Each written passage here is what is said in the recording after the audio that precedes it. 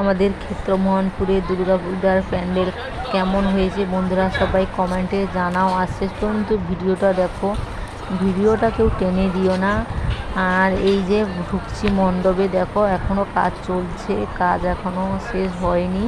আর কেমন লাগছে তোমরা একটু কমেন্টে জানাও। যাচ্ছি, একটু ধৈর্য ধরো, মন্দিরের দিকে যাচ্ছি দাঁড়াও।